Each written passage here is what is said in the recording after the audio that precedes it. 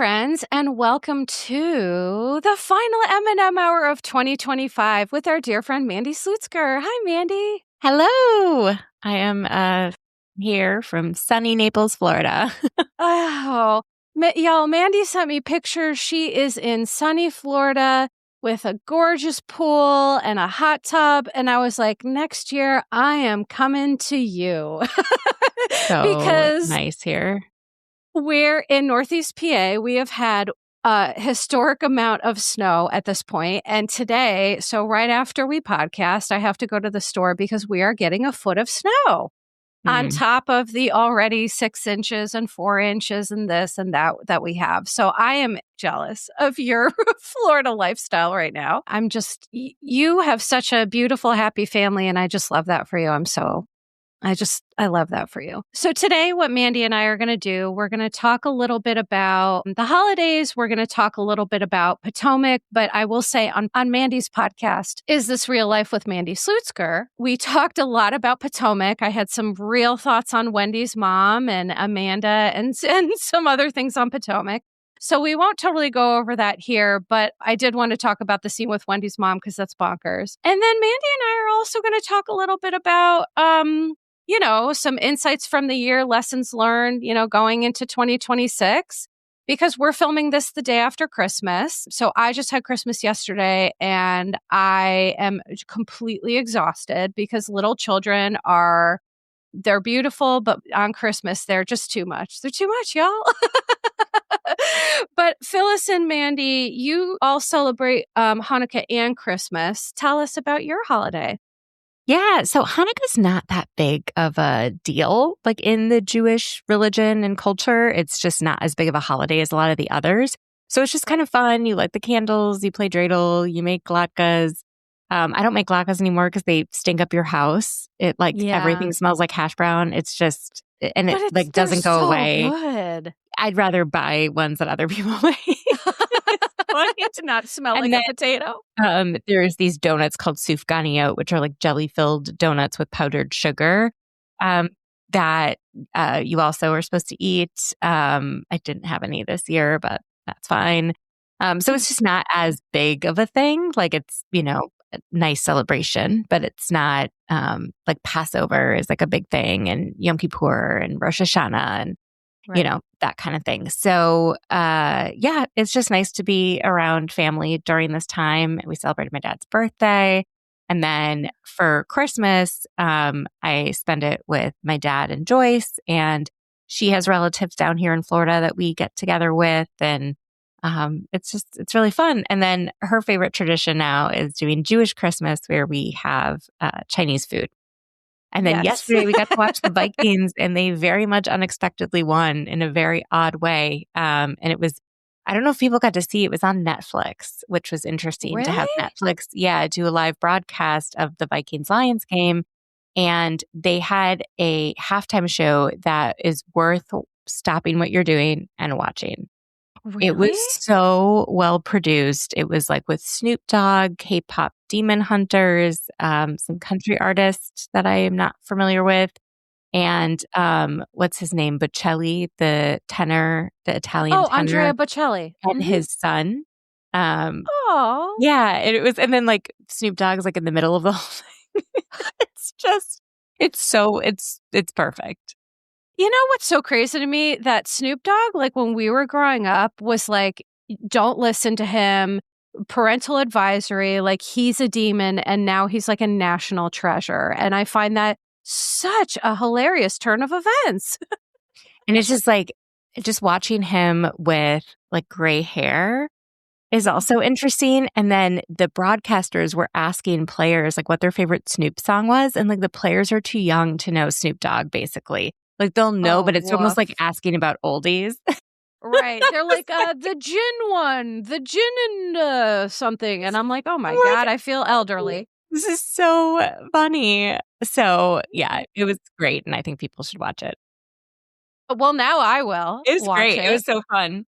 Because that seems to me, and my husband is a diehard Eagles fan, and obnoxious, just as all Eagles fans are, completely obnoxious. So anything that's not Eagles. Like he'll watch all of football. Like he just loves all of football because he used to play. That was one game he didn't force me to sit through. It's funny because I would rather watch not the Vikings play because I'm too nervous when they play or like I care too much. So I'd rather just enjoy watching football and like not care about the outcome. I think it's more enjoyable for me to watch other teams. Well, and that's the beauty of not caring about it because I don't like when I watch it, I'm like, I couldn't care less about this. I mean, I understand why people get obsessed, but I'm like, I always tell him his mood will literally, because the Eagles have been playing like absolute crap, losing games that they shouldn't have and things like that. And he'll be devastated. And I'm like, we don't, like our lives don't change whether they win or lose. We don't own stake in the team. Like this isn't our livelihood, but he really cares about it as it is. But the other thing I love about my husband is that he also, as much as he loves football, he loves Taylor Swift equally as much. And he was the one who's like, we have to watch this Taylor Swift Eras docuseries right now. And I was like, I love you so much. Let's do it. So we watched, maybe 3 episodes. And have you watched it as well? Yeah, I watched the whole thing. Okay. Yeah. We're saving it. So for us, we just celebrated, both of us, we just celebrated Christmas yesterday as of this taping. And so we wanted to save it. The week between Christmas and New Year's is kind of like that amorphous week. It's like, I don't know what day it is, what my name is or whatever. So we're like saving it for then. But from what I saw, I couldn't love Taylor Swift anymore as a human. I'm like, she is such a remarkable person. Truly. And she's so like self-actualized, you're like, wow, what is, good for you, what's not good for you. You like her deciding to step away from social media, like in the last 10 years is brilliant. She doesn't pay attention. Everyone spends so much time dissecting every little thing. And, people have these parasocial relationships. So we feel like we know her and we feel like we know her boyfriends and her family and we know what's good and bad and we want to call her out. And I just don't get why fans didn't realize that. What was the song in Tortured Poets Department? My favorite was But Daddy, I Love Him. And it was basically like, all these people are judging me, but like, I don't care. And I would rather, like, what was she say? Like, she's like, I can't handle like one more second of listening to all this bitching and moaning. And that's how I feel like reading crap about her. Cause I'm like, you guys are spending all this energy hating on her and she will never know that you hated because she doesn't live in that space and she doesn't put energy towards it. Not only that, because that's such a good point, but like Taylor Swift might be the best human on earth. Like, so, old white men hoard money and I don't know what they do with it. I have some ideas, but we won't mention that here. But Taylor gave her dancers huge, huge bonuses. Every single person who participated in the Eras tour, from truck drivers to dancers to everyone, she gave $197 million of bonuses, just in bonuses. Yeah. That is not in addition to what they got paid. And I saw all over the internet, she donated like $1 million to the American Heart Association. She donated $1 million to Feed America. This woman is not only doing what's best for her, her family, and her cats, she is literally doing group therapy on stage. And I wanted to reference this also. I'm glad we are talking about it because she did a 3.5 hour show for every single show of the Eras tour for her fans. Her feet ached. It was hard work, but at the end of the day, she was so humble and she was like, they need this and I want to give them every last drop of what I have. And that is a truly selfless, absolutely gorgeous human being. And I thought I couldn't love her more. And now I'm like, well, I understand that this is parasocial, but you might be my idol. Well, it's also just nice to see her family. I don't know that much about her family. So it was nice to see her relationship with her mom. And I know that her mom had been sick a number of times. And, People are like making weird comments online about how she's too close with her mom. I was like, is there such a thing? Please. Like No. there's so many situations where you've got parents who steal from their child stars, right? Right. And then you've got this family that is just like nurturing her and watching out for her and, doing the best that they can with supporting her and setting her up for success. And I love that all the money that she made on the Eras Tour was able to be used to purchase her music back, and that she is now kind of whole because she has her music and her masters and all of the other pieces of that. And you realize how important that is, because this is what makes her whole. Like, being a musician, being an artist, her songs, what she's written. And so even though she had her own Taylor's version of everything, I love that this came full circle for her. And it makes me full of rage that she even had to do that. But I love that it's hers now. And I hope she feels complete. And she's the most beautiful person. I just can't say enough about her. And I can't wait to watch the rest of it, because we started to get to the episode where they were showing like clips of her when she was little, because she's just always loved music and performing. Like, it was in her bones since she was little.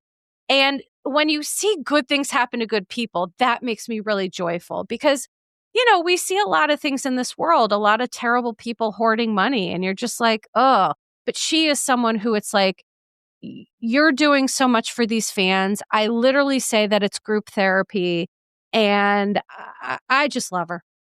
And it was fun to see also not just her as a child, but like all her dancers and backup singers. And they show clips of them as children and what they, their dreams and, being young dancers and all of that.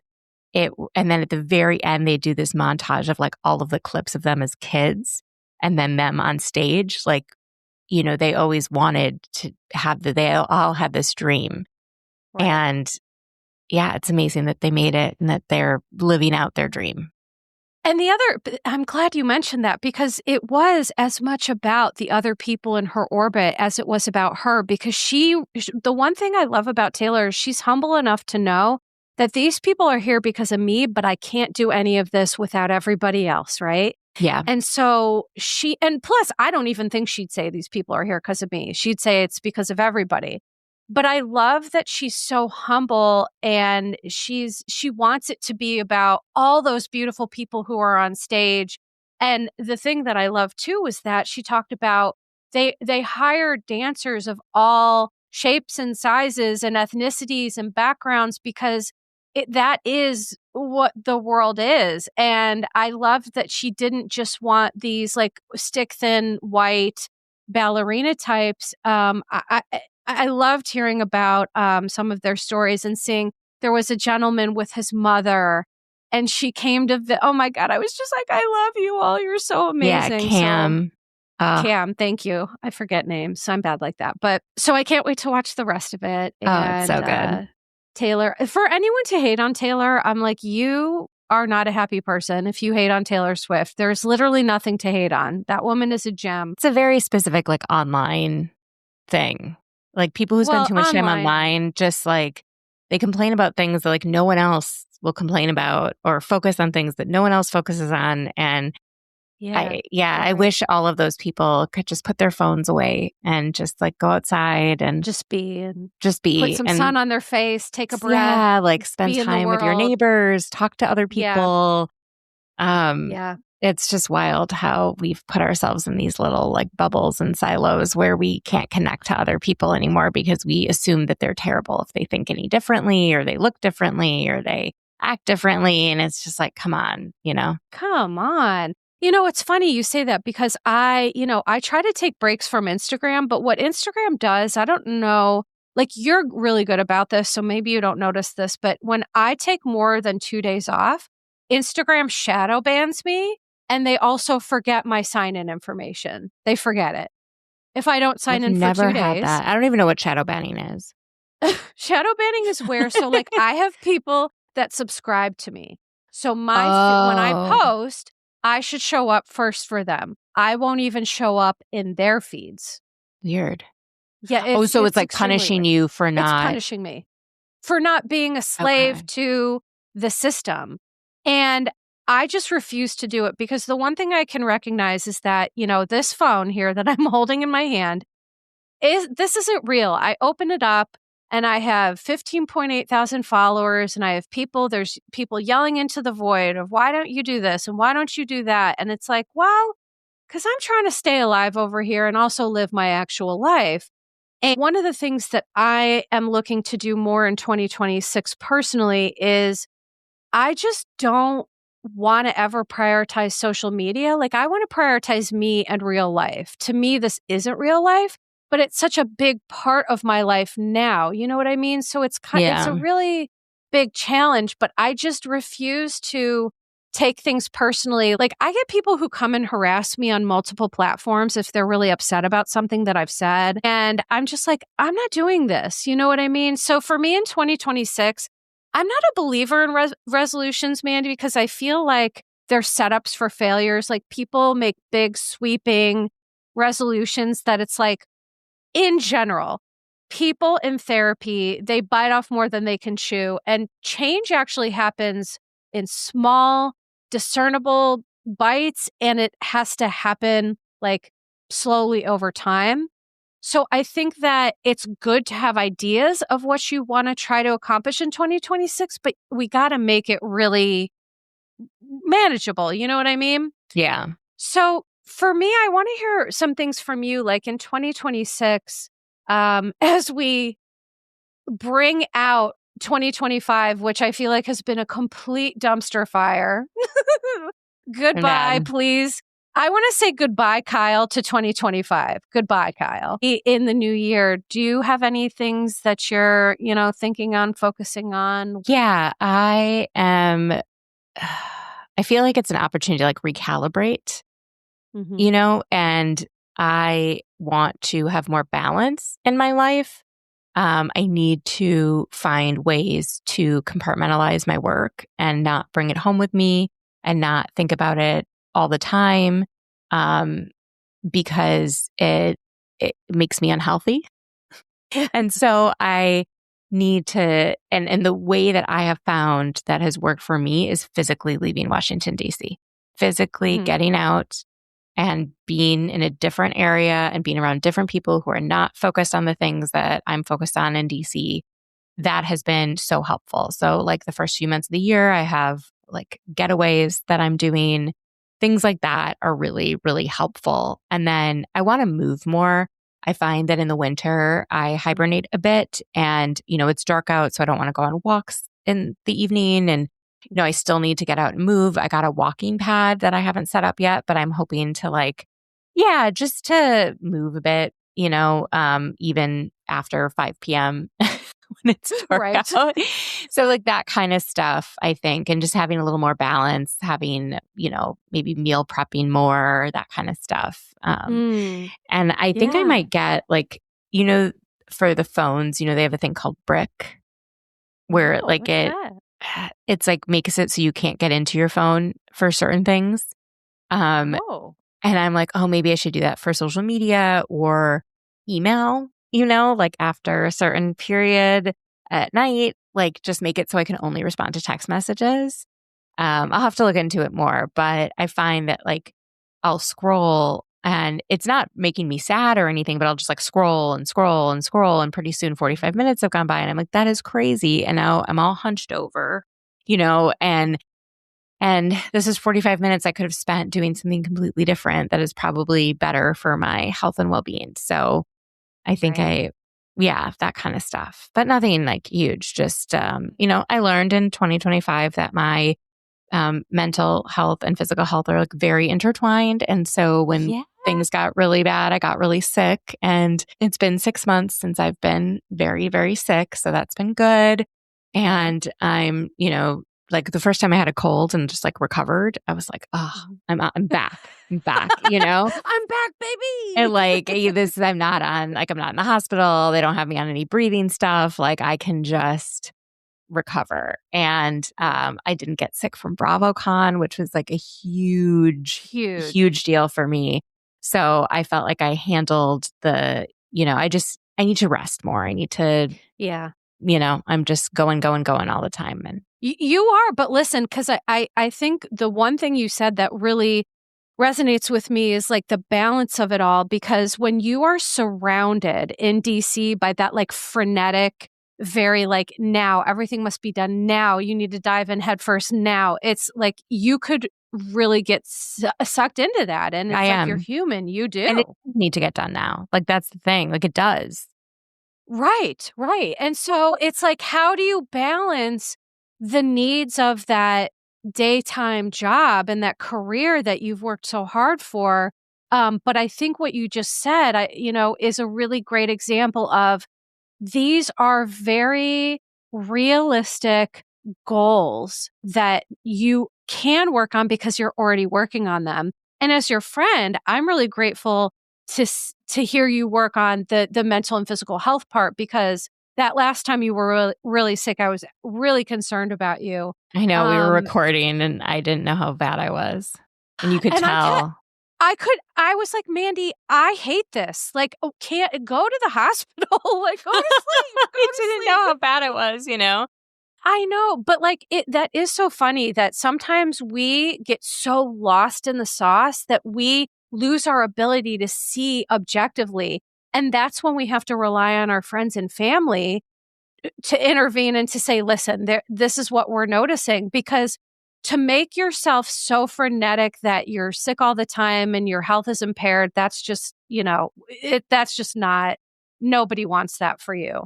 But it is so easy. And that's why I find myself too not wanting to be on social media, because it does upset me. Like I'll scroll and I see things because, my whole algorithm is like human rights and the opposite of what's going on in America right now. And I'm just like, I keep separate. So like my Instagram is mainly housewife stuff, some Taylor Swift, some architectural digest, some house things, like it's not, I do not use it for news. I think I need to change my algo. I need my algorithm to be what yours is. I need it to be Taylor Swift, housewives, puppies, animals, and absolutely zero news. I don't follow. I'm going to work on my algo. I follow like a couple news things, but most are not, Problem is Twitter, and I do still, like, I don't post anything much. You know what? I posted something and someone got so angry at me that I was so shocked and taken aback by that. I was like, this is why I don't engage in this platform. I posted something about the White House Correspondence Dinner. So this person was talking about how Ashley Darby sucks and is terrible because she supported the White House Correspondence Dinner and she claims to be a member of the LGBTQ community and whatever. And I'm like, okay, but the White House Correspondence Dinner doesn't have to do with the White House. It's about the correspondence. It's about journalists. It's about raising money for journalism scholarships. It literally is not at the White House. Ashley either misspoke or didn't know what the hell she was talking about when in that one episode of The Real Housewives of Potomac, where she's like, well, I'm going to support the White House no matter who's in the White House. It was like, this has nothing to do with that. This is about journalism and about correspondence and about the independence, the importance of independent journalism. And so I was like, hey, for people like outside DC, maybe you don't know, but the White House Correspondence Dinner is like not actually associated with the White House. It's not even held there. The president doesn't even come like anymore. It's completely separate. So showing up to it is not making a political statement.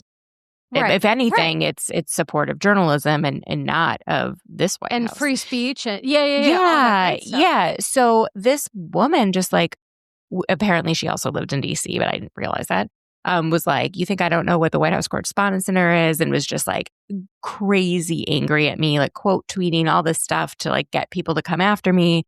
And I was just like, oh my God, but you clearly don't know what you're talking about because you made it sound like you're trying to dunk on Ashley Darby. Dunk on her in a different way. Go after her for something else. Don't go after her for this. Like, this is not an example. The thing about ignorant people is they think that they know and they'll talk so vociferously, like from their soul. But then it's like, well, you're not even accurate.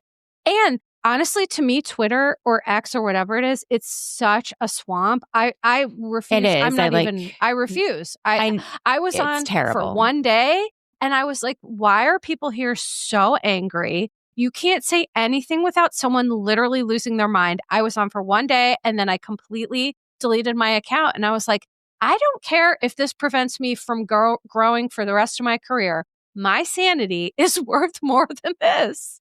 No, and it's so true. But then other people wrote me and they're like, oh, thanks for explaining this. I actually didn't know. Of course, why would not everyone knows all these things? This is a minute little thing that like, I just assume most people don't know because they're not paying attention to this section of society, right? Like this like Right. weird, nerdy journalist thing. Like it's not, and then someone was like, oh, so why are celebrities there? And I was like, oh, well, the news outlets get tables and then they invite people to sit at their table like a gala because it does, raise money and that kind of thing.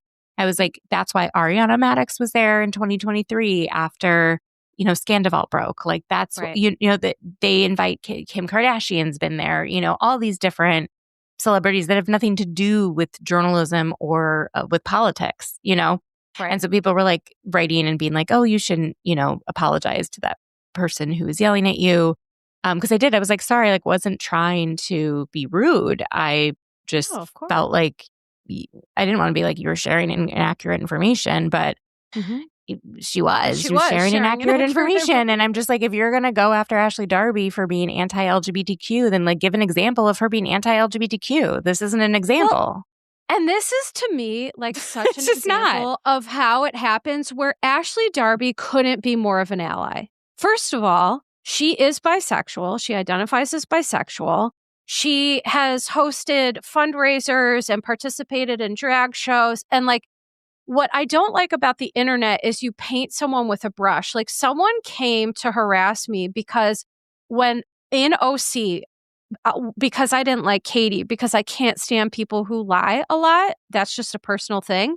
Someone came and said that I was racist because I didn't like Katie. And I'm like, yeah, me. Am I the one who's taken hundreds of hours of cultural competency trainings? Or is that you? Like, right?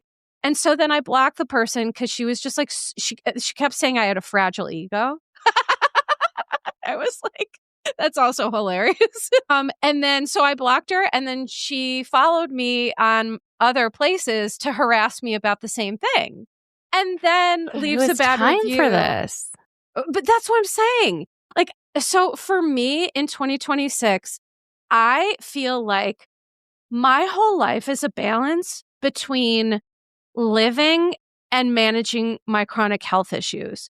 And so that balance sometimes feels like a tightrope that I'm constantly falling off of. And I'm trying to do this podcast and it just never seemed to work. But I feel like for me, what I really learned is that I need to spend less time listening to the noise, focus on the people who matter, my Patreon, the people who loyally listen to this podcast. And P.S., I love differences of opinion. I love to agree to disagree. I love to hear other people's thoughts, but this isn't that. And so for me, I think I'm just going to unapologetically hold boundaries with, social media and people on social media and really stick to what I love and what's important to me, which is this. And so that's going to be, because what happens is, so like you, where you would like go balls to the wall and then you would get super sick. That happens to me when I come back, I do the podcast. I tend to go balls to the wall. I do too much. I try to please everybody and then I burn myself out and then I have to take a huge break. And so this year I am working on doing that very differently.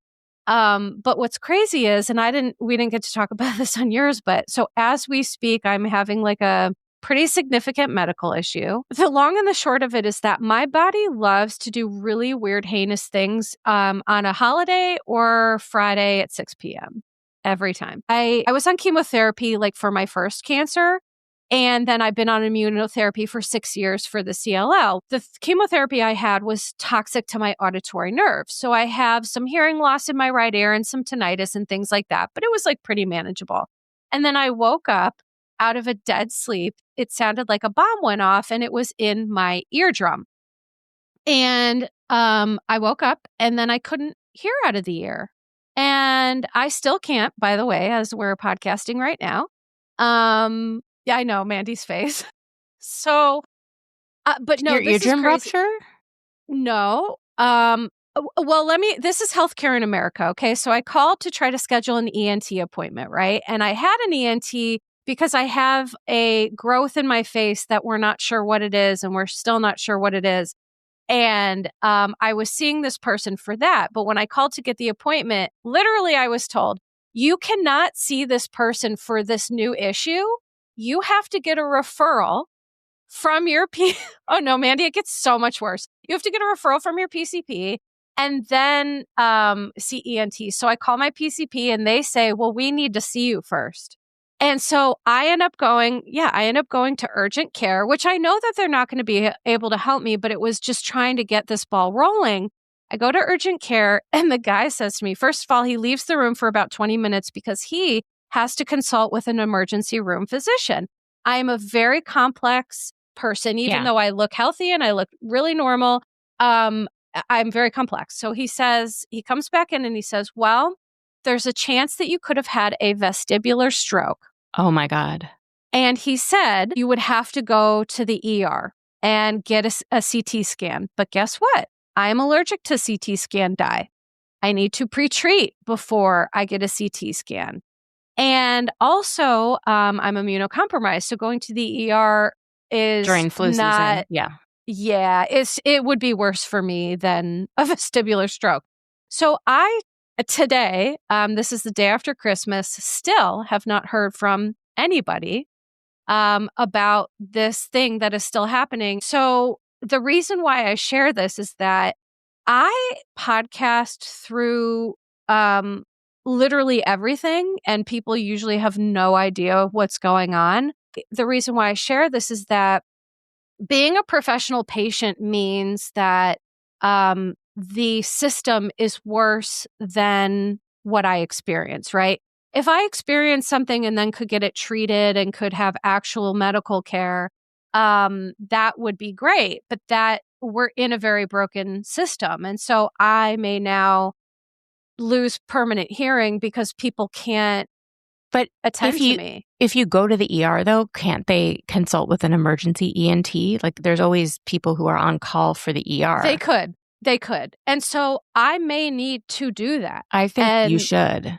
Well, yeah. And so mask I am up waiting. And just mask up and go. Yeah. But I'm waiting because, so obviously yesterday was Christmas and before was Christmas Eve. And so I'm waiting today to see if maybe I can hear from somebody. But if not, what I will have to do is go and sit in an ER probably for 12 hours at cold and flu season, risk my health to just actually figure out what is going on. And so when I talk about with not caring about social media or whatever, it's like I literally on a day-to-day basis am just trying to keep myself alive. And because if it weren't for my very loud voice, my self-advocacy, I would have been dead multiple times over. My cancer treatment is starting to fail, and the cancer in my blood is slowly increasing, and it's a mess. But here's the message that I want to give everyone is that I am learning how to be happy and mentally well, no matter what my body is doing. And so for me, that is the biggest win that I could ever ask for. Yeah. And it informs my decision too with the people that I want to spend my time with, right? Like I want to podcast with the people that I want to podcast with. I want to spend my personal time with the people I want to spend it with. And I don't want to spend time arguing with strangers on the internet. My life is too valuable for that. 100%. And I always point out to them when they do weird stuff, I'm like, you're the one that is wasting your time listening to someone, to me, that they don't like. Mm-hmm. Go do something you enjoy. Turn off the podcast. You don't have to listen to this if you don't like it. But also for me, when people are so harsh on me, it's like, I really am lucky to be alive. And when weird things like this happen to me, it makes me very, very aware of that fact. And so it's like, I understand people aren't going to be nice just because of that, but I just can't. I just have to block all that out Yeah, because like it's who just not cares good what for other me. people? Yeah, Yeah. who cares about it? And so I'm just grateful, honestly. And I said this on at the end on your podcast, but every year, my most listened to episode is always M&M Hour.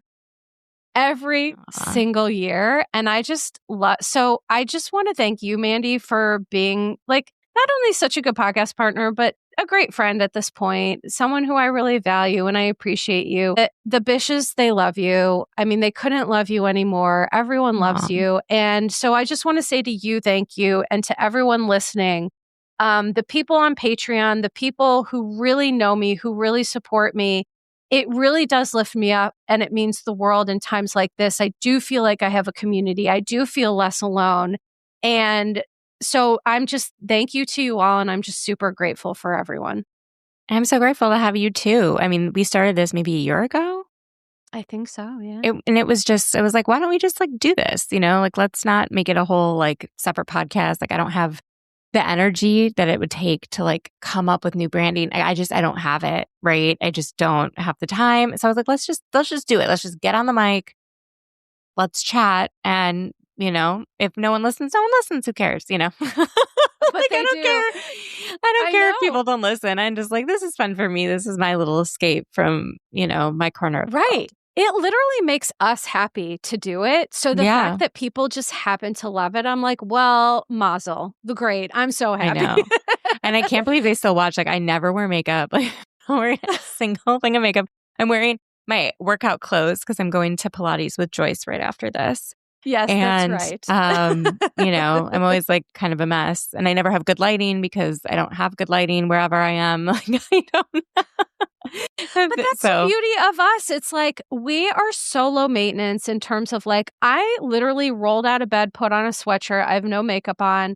You and I were just like, we're just going to wing it, right? Yep. Okay. Yeah. Start. And it's just flawless. It's just, I've never had anything like this with anyone else. So I am extremely grateful for you and for us. I can't wait to see what 2026 brings for M&M Hour. And in the last couple minutes, let's just chat a little bit about Potomac because Wendy, there was a scene with Wendy and her mom and her sister, and we talked about it at length on Mandy's podcast, Is This Real Life with Mandy Slutsker? So listen to that. But the one thing that I just wanted to say here is that when I watched the scene with Wendy, Mandy and I had a lot of empathy for Wendy. And my take on this is that Wendy's mother, the love she has for Wendy is conditional. And when you have a parent that has conditional love, you learn to jump through hoops because we all need love and support from our parents, literally until the day we die. It doesn't matter. We always will. And Wendy's mom, I believe, is the reason that Wendy overachieves because she feels she needs to, jump through hoops to earn her love. I think the reason she redid her house is to kind of make her mom proud. And then when her mom came over, started screaming in front of the kids, and then the sister co-signed the bullshit, it was so wild. Yeah, Mandy, share some thoughts on that. I feel bad for Wendy. I mean, as much as I've always wanted Wendy to be more authentic with us, I think this is the most authentic we've seen her. I believe that everything that she does is to try and please her mother, and then she fails because it's never good enough. Even her being She's a set up for professor, failure. 4 degrees, like she's never going to be enough for her mother. And I just want her to live for herself and do what she wants to do. And I do feel like her mom contributed to her, I don't know, ending up in a place where she has to act like she has more money than she does. Right. And, maybe act as if the jobs that she has are more prestigious or more important than they are. Just to try and gain some notoriety, like for her mom to love her. because like she, I think, lied about being tenured. She was not tenured professor. She was a visiting professor. Like there's just so much. And not that any of that is bad. Like girl, do what you want to do, Right. And you know what's interesting, Mandy? On your podcast, you brought up how Gina from OC did this so differently. But you know what I want to mention about Gina? She has very loving parents. Yes, that is very true. And Gina made some huge mistakes. I mean, she had the DUI. But they loved her anyway. Yeah. Yeah. And when you have a parent who will love you anyway through mistakes, through whatever, I think the difference between a Gina and a Wendy is that Gina, her parents didn't give her conditions on love, and Wendy had to be like a trained SEAL to, get her mom's love. And even then, her mom started yelling and screaming in her house in front of her children, which if that were me, that woman would not be welcome back in my house. And I don't care who you are. I don't care if you're a mother, a father, my sister, whoever. You're going to talk to me in my house in front of my kids. You are not welcome back.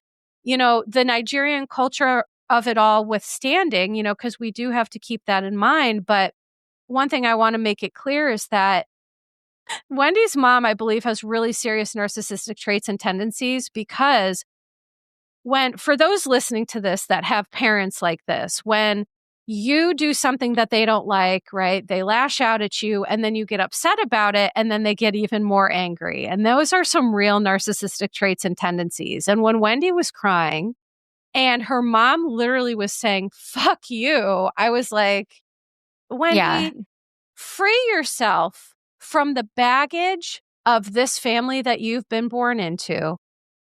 Be with Eddie, be with your family, make your family what you want, and let all of this stuff go, and you'll be happy. And I hope that she can figure that out. It's not handbags, it's not dresses, it's not beautiful homes. It's not a new ring for their 15-year anniversary. When he said that in the episode, I was like, no, don't talk. It's just making it look so much worse.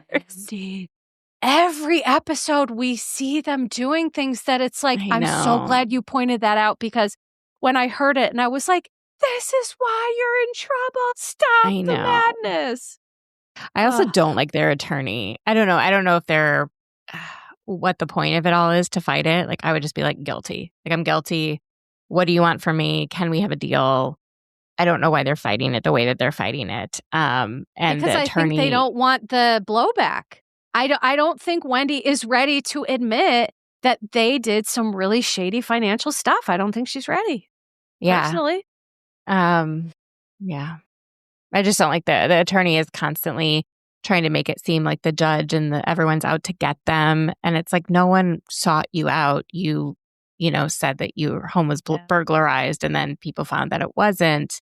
And so then they started digging. So don't act like people are trying to get you. And then they make it a race issue, which is just, I think, really shitty, because then it makes race not be considered a serious issue when it actually is an issue, right? Like, no one's going after Wendy and her family because of their race. Right. And then it also gives someone the ability to not have to be accountable in ways that they need to, regardless of race, gender, sexual orientation. Like, we still have to be accountable for stuff. And clearly they made mistakes. And so, here's how we'll wrap this up, is that in 2026, for everyone listening to this, I hope that we are all able to live authentic lives that serve us, that free us from shackles of generational trauma, from, family dysfunction, from dysfunction on the internet, from all of these things that don't serve us. I think my message is that life is precious, and we really need to be mindful of how we're treating ourselves and other people. And I think the greatest gift we can give ourselves is the gift of self-love, acceptance, healing, and validation. And especially if we don't get it from family, we have to do it for ourselves. And I promise I'm living proof that it is possible. So, Mandy, thank you so much for being just not only a great friend, a great podcast partner. I wouldn't want to end this year with anyone other than you. So just thank you so much for being here, my friend. You're welcome. And please tell everybody where they can find you in part 1 of our episode. Yes. So you can listen to part 1 of M&M Hour on Is This Real Life with Mandy Slutsker, which you can get wherever you listen to podcasts. And you can find me on Instagram at Mandy Slutsker. That's spelled Mandy, Mandy, and then slut. Slutsker. You just Mandy Slut and you find me and I'm there and it's super easy and hit follow. And of course, you can find me at Your Bish Therapist on Instagram, intermittently, of course.